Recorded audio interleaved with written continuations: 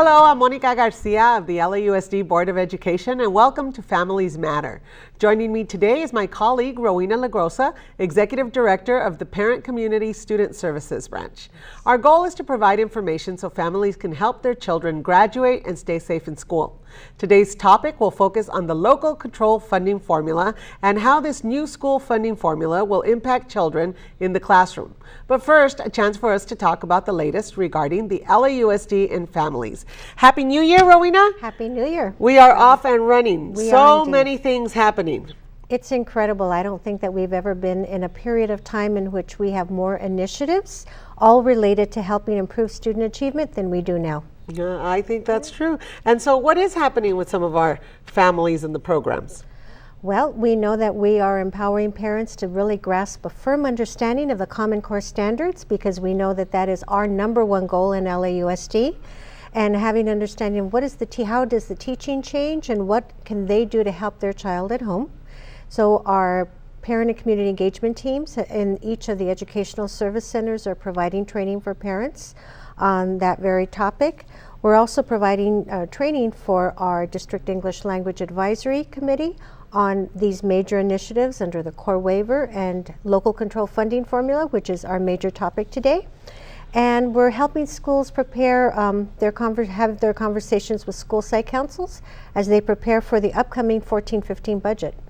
It's so important for everyone to know. In LA, we have the most interested parents. They always want to know more. They want to know, where can I get information? And we always want them to talk to their neighbors and their comadres and spread the word. There's a lot going on. There is indeed, absolutely. So we also got back NAEP results, the National Assessment, the Nationals Report Card. That's what Correct. They call it. And what it told us is that Los Angeles students are improving at a faster rate than any other large urban in the country. Exactly. 15 points was the high bar. Right. That's great.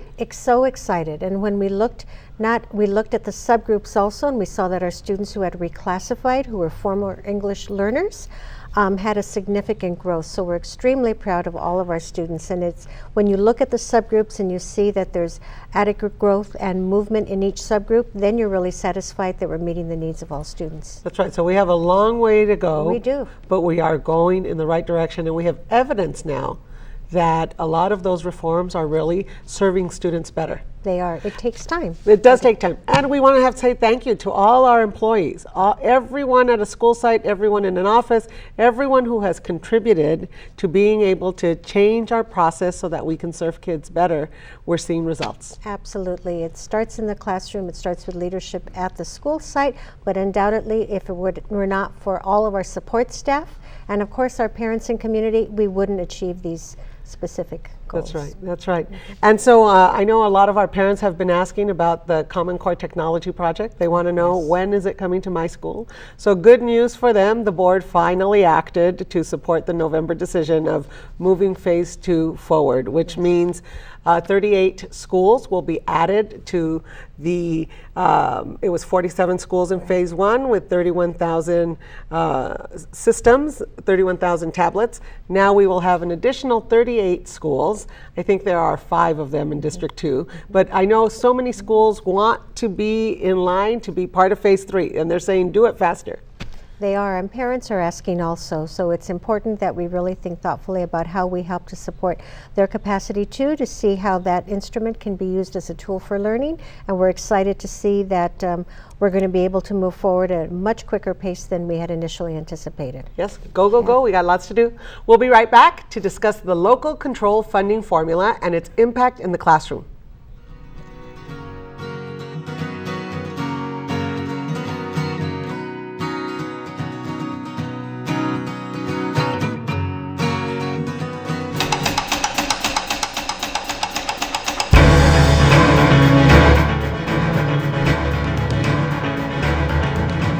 I am a scientist. I am a scientist. I'm a scientist. Science is all around us. Molecules, our body. Our brain, our heart, our lungs. Even when you don't expect it, there's organisms so small that you can't see with the human eye. Small things become great things.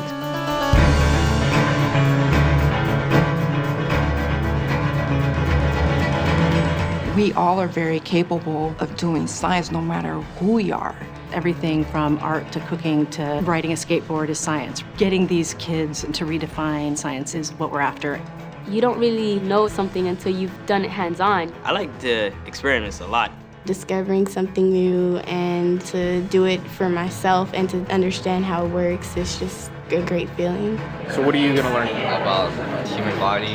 What's neuroscience? Can you tell me about that? Studies in the study of the brain. Science is almost everywhere, and I want to know more. None of us really know where all those basics that we're learning in school are going to take us. If they get that passion spark, it could lead to something that they don't even know about in the future. When I was younger, I didn't want to be a firefighter or astronaut. I wanted to be a chef. I didn't even know food science existed, but miraculously, I landed an internship at the USDA's Foodborne Contaminants Research Unit. Internships are always the best way to go because you're actually getting experience. I can inspire them because I know they can do the same. Science, technology, engineering, and math are skills that industries today need. Thousands of jobs students have no idea that they exist. Medical sciences, computer sciences, engineering, architecture, construction. There's this whole world out there. No matter where you go, you'll always find a certain niche for you. We want you to have a career where you can change your life and change your community. I need to do something when I get older that involves biology. I want to be a doctor when I grow up. I like helping people. I hope someday to be a famous scientist. I want to be a vet because I like animals. Maybe some people know what they want to do already. Some people don't. They're still trying to find themselves. It's finding the thing you love and then going for it.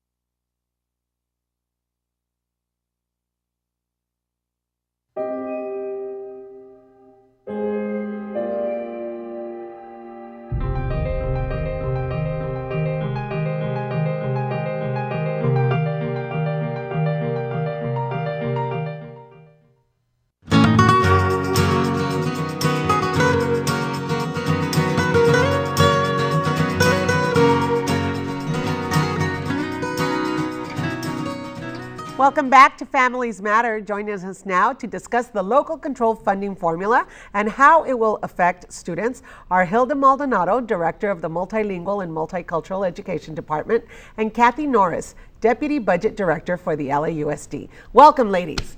So everyone from Jerry Brown to Monica Garcia and Maria Torres are talking about the local control funding formula. Tell us, what is it? The local control funding formula is a new way for the state to allocate resources to districts. It does not change the amount of money that we have, but it divides it up differently based on student characteristics.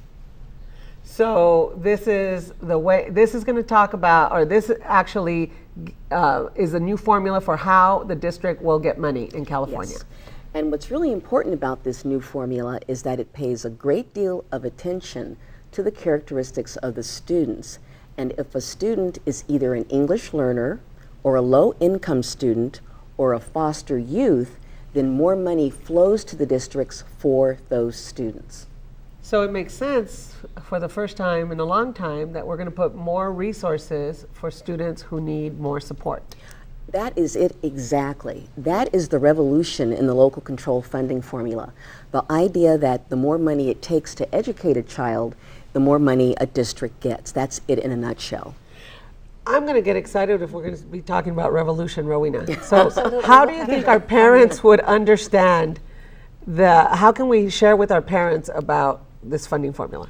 What in our informational meetings, we've shared with parents that this is indeed historical in terms of how we have funded schools in the state of California, but tied to the funding in order to increase funding to meet the need to school districts that have students with higher needs is that flexibility that's needed to ensure that we're meeting the needs of all students at the school site.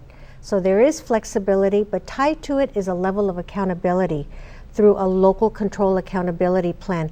We all have to be held accountable to student outcomes to ensure that we're meeting the goals that are going to be set in our accountability plan. So is it new to be connected to outcomes? Is that new for the state? It's not necessarily new. It's very specifically spelled out in the accountability plan, and it's as revolutionary in terms of the funding coming with flexibility, but very clearly it delineates that in the accountability plan, which is a 3-year plan, we need to specifically outline how we're going to meet, what services and activities will be provided for all of the subgroups that we are held accountable to. So a lot of people think this, Prop 30 passed, local control funding formula, that means more money, folks. I wish that were the case, and it's a common misperception, but especially at LA Unified, we've been sort of digging ourselves out of a hole due to a lack of funding since 2007 and 8. And that being the case, it's going to take us a while before we're able to have all the money that we need. And the other thing that I have to stress is that the local control funding formula will be implemented over at least 8 years. It will be at least 8 years before it's fully funded. That's $17 billion more that the state will be providing to education, but over an 8-year period of time. So I get asked a lot, what happened to the lottery money? Right? And so people say, what do you mean there's cuts? What do you mean we're laying off people? There's pink slips. My library's closed. My campus needs more custodians. My administrators, we used to have 3, now we have 1. People always say, what happened to the lottery money? Because more people are playing the lottery. What's the response? The response would be that the lottery funding is just one funding source, and when you compare it to the entire district's budget, which for our operating funds or the funds that pay for the operation of schools, that's $7 billion in operating funds, and our lottery money is a very, very tiny, tiny percentage of that. The biggest funding for schools in the past has been in-seat attendance money, and the money that funds in-seat attendance comes from personal income at the state level, and personal incomes have been dropping in California since 2007-8.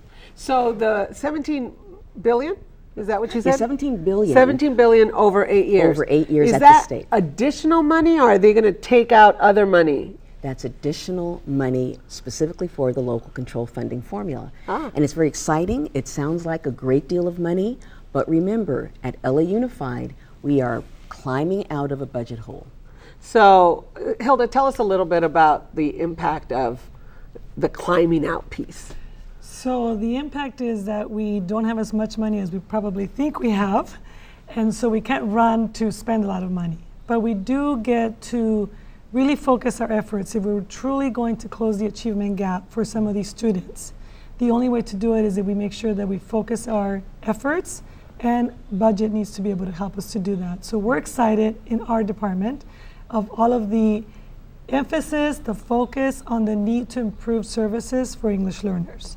Obviously, students who are in foster care and low-income students also, and a student can be all 3.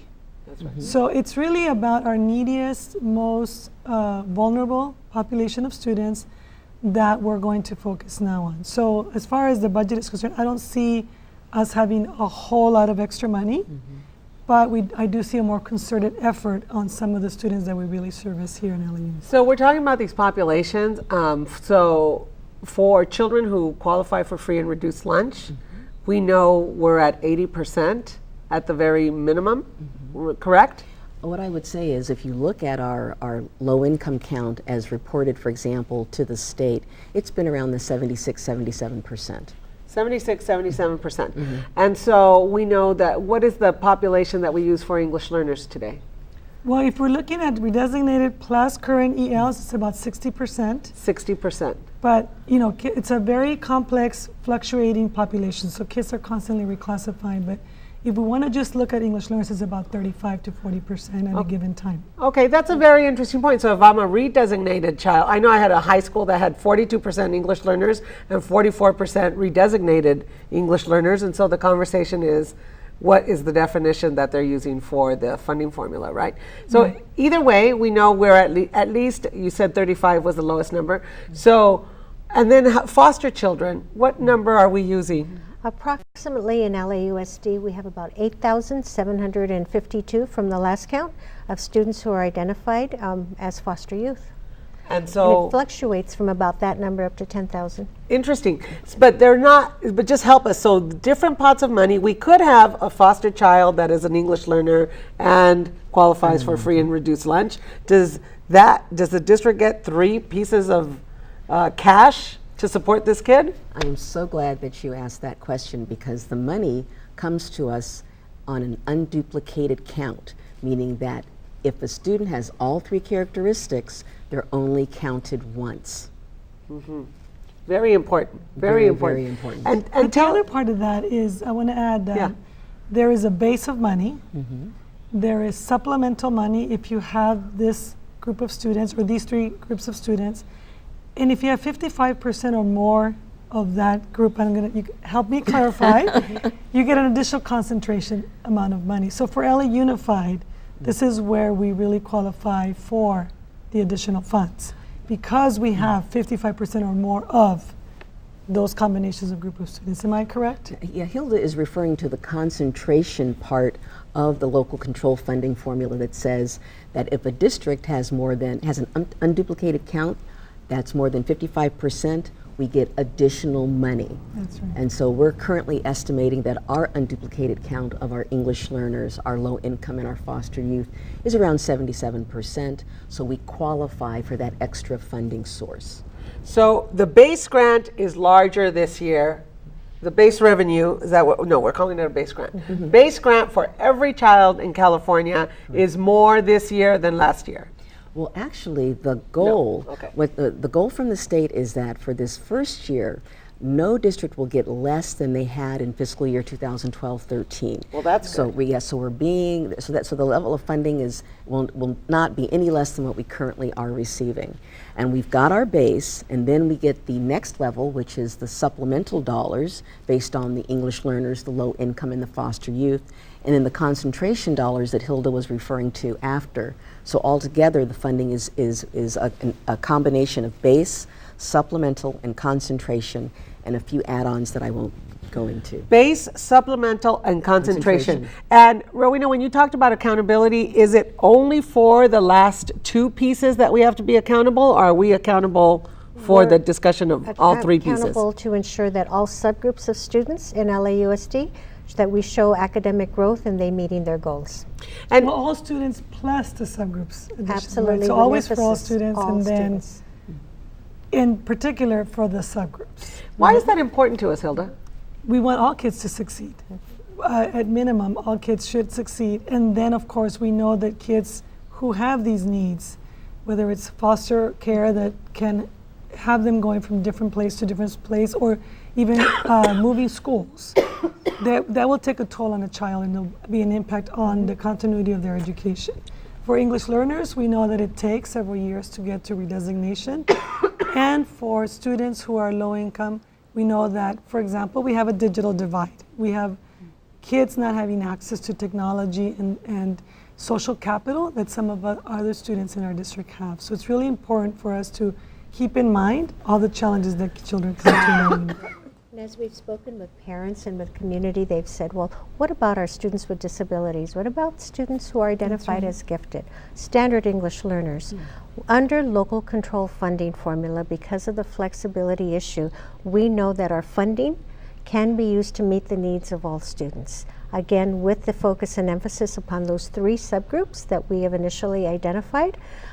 But we know that with that, again, are tied to the student outcomes, so that there's flexibility, but we need to show growth for all subgroups.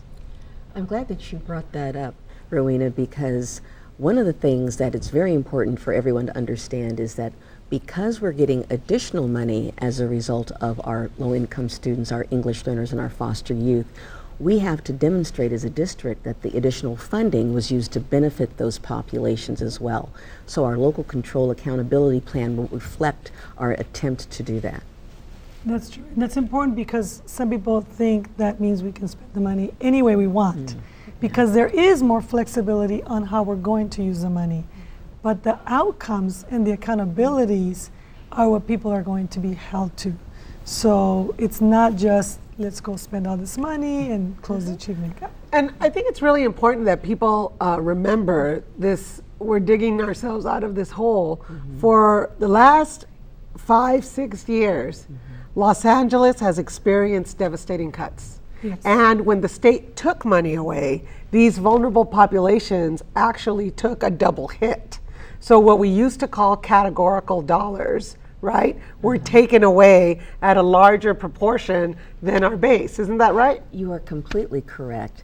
The state was responding to the fiscal crisis at school districts, and what they did is take dollars that were categorical or restricted and convert them into so that they could be used for any public education purpose, and it would impact those populations more.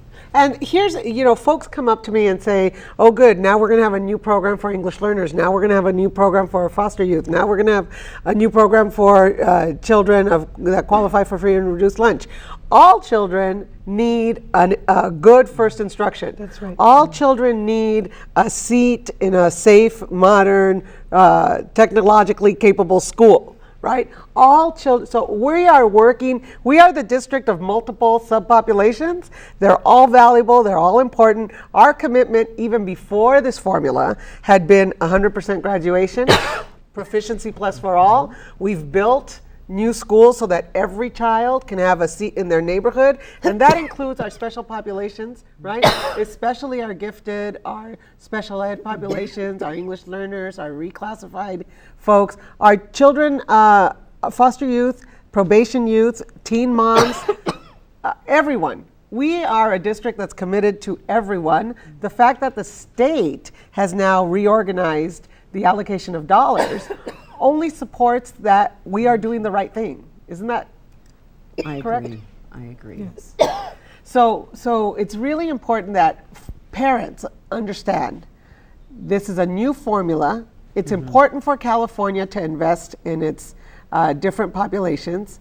Different kids need different kinds of support, but we want them all to achieve. That's the district we're working for, right? That's right. The goal is the same. So all parents should feel confident that our goals for all students and teachers who work with those students is that everybody reaches that college and career ready status and that they come out of our district being literate and having 21st century skills that are really going to empower them to either go to college, have careers where they're going to be successful. And it doesn't matter where they began, they can all get to that goal eventually with good teaching. And what is the opinion when it comes to linking our financial health to our academic health in terms of these, I'm going to give these investments, eventually it's going to be $17 billion, but I also want to see increased outcomes. What is the policy or the issue there? Well, I think the LCFF or local control funding formula is very specific about that. The idea is that the district be able to demonstrate that we have provided more services or spent more money to produce the outcomes. And the link between the funding and the outcome is the local control accountability plan. So when parents are looking to see how the money is spent and what our plans are, they should be able to go to that document and tie the dollars that we receive to how we're spending it to benefit our student populations. So many parents want to see how are we spending the money. So people really felt the impact to their families when the money went away. Then people started paying attention to help us get some back. And people want to now know that we're spending it in ways that are going to benefit youth. What do you want to share with us, Hilda? So when you were talking, I was looking at the 8 priorities. So there are 8 priorities around the accountability plan that parents need to know about. And the priorities around what we've been talking about, which is student achievement, student engagement, which is including and getting to know who the students that you serve are. There's going to be other indicators, social emotional categories that we're going to be looking at in schools as well. Parental involvement, so if parents become part of school site councils. Other basic services, of course the implementation of the Common Core and students having access to courses to fulfill A through G requirements. So those are kinds of things that parents can be engaging in their school and talking to school staff about as they develop these accountability plans. I'm really excited that California decided to change its tune on schools, not only in investing, but I really like the 8 things that you talked about were the priorities. It wasn't just follow the money and do it the old way. They're inviting us to change our practice. And what's also exciting is that schools are going to be evaluated or ranked based on more than just the academic domain. So previously we looked at only at test scores. Now we're going to look at multiple measures to evaluate a school's effectiveness, including the climate at the school. We're going to look at the suspension rate, the attendance rate, how well is it a clean, healthful environment, what is the culture at that school, and so I think that that is really going to give a much more holistic picture for each school. This is the opportunity we've been waiting for. For years, districts have said, give us more flexibility in the funding. And here it is. This is it. This is the first year that LCFF has been in effect. It's a transition year. This is our chance to show what great strides we can make when districts are given flexibility over their dollars. And I've heard the governor talk about supporting local control, that when decisions are made closer to the youth, better decisions are made. So in California, Los Angeles needs different strategies than San Francisco, and San Francisco needs different strategies than San Diego. And in LA, Roosevelt needs a different strategy than Bravo, and Bravo needs a different strategy than San Pedro. So I think it'll be very interesting to see how the board uses the opportunity to have the different conversations with our schools, because our schools are different places. So the ones who are doing great, keep going. The ones who need to have the revolution, let's help them, right? Right? And let's learn from each other. I think that's probably the most important thing. That's right. So give us once again the definition of local control funding formula. The local control funding formula changes the way that the pie of funding from the state to the school districts is divided up. It changes the way we cut the pie. It's not a bigger pie, it just changes the way the pie is sliced.